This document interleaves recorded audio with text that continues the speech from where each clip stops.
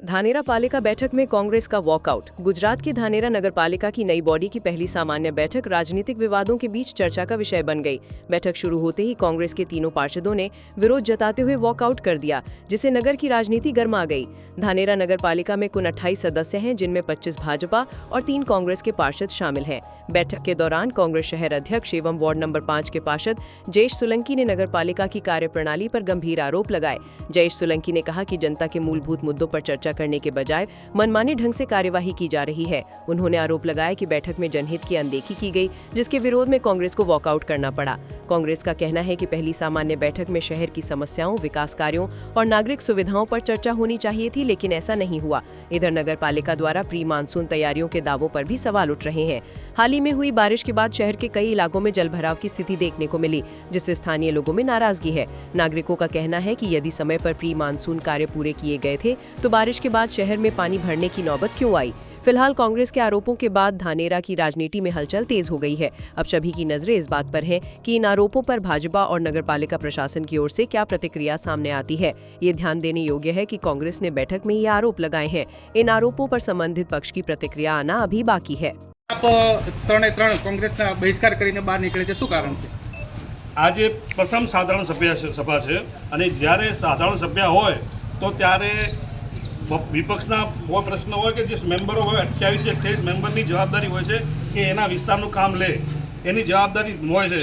ત્યારે અહીંયા કોઈ પણ જાતની ચર્ચા નથી થતી। એમને એમ ખાલી ફક્ત બહાલી આપવામાં આવે છે, એક તરફું બોર્ડ ચલાવવામાં આવે છે। એનો મતલબ શું છે?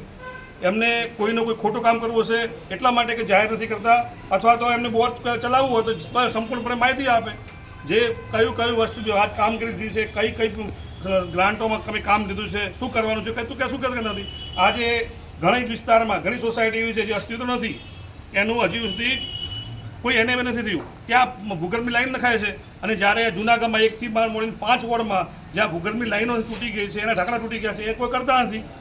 માણસો ખાડામાં રહેવા ચાલવા તૈયાર છે, તે સોસાયટીમાં ચાલે છે। અને જે નવી સોસાયટીઓ છે જે નથી અસ્તિત્વમાં આવી, ત્યાં રોડ રસ્તા બને છે તો એક તરફી આ પહેલાં જ બોર્ડમાં એમની નીતિ ખબર પડી ગઈ છે કે એમને ફક્ત ને ફક્ત ભ્રષ્ટાચાર કરવો છે, એના સિવાય બીજું કશું કરવું નથી।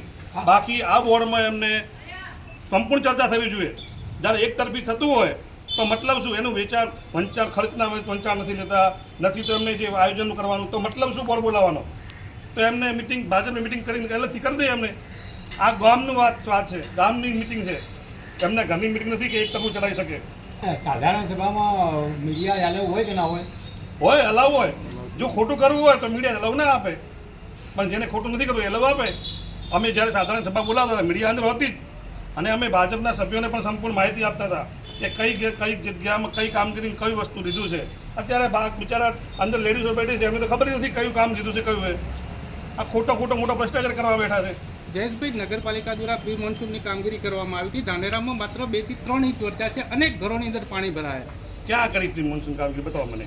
જો પ્રી મોન્સૂનની કામગીરી થઈ હોય ને તો ખાલી એક જ વરસાદમાં સોસાયટીમાં કોણી ઘરકામ ન થાય।